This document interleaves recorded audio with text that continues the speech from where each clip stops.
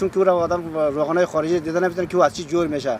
این خوب است که به حساب ما شما مواد خام میشه تایید از پخته جور میشه از زغیر و به حساب از کنجد وطنی خود ما شما باید مردم عزیز زیادتر استفاده چون که روغنا کس آدم رو نمیبینه خدا میدونه که او از روغن چی میبوده باشه. این بهترین روغن است فایسا فابریکاش هم موجود است بسیار خوب میشه فامیل مفید گروپ هم میشه به حساب فابریکاش موجود است دیگه فابریکای به حساب خردریزی دیگه هم که در مقابل فعالیت خود داره. یک سیر کنجد حالا سیر مادر 14 است روغن 1 کیلو 2.5 است کنجدهای ما شما دلاره که خارج میره اگر خارج رفتن بگیر 300 400 هم میشه کیلوش این کسی پس خاص نیست بپرسان نیست باید خارج بیاره نبره.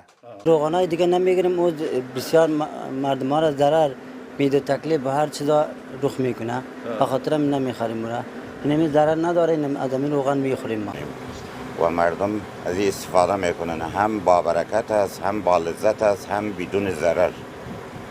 قیمتش نسبت به اون روغنای دیگه چطور است؟ نسبت به اون روغنای دیگه برای فعلا نسبت به خیلی ارزان است. روغنای خارجی فی کیلو 145 روپیه عرضه میشه و این فی کیلو 130-135 روپیه عرضه میشه به بازار. روغن پنبه‌دانه یعنی که روغن زغر فی کیلو 150 افغانی باشه بیای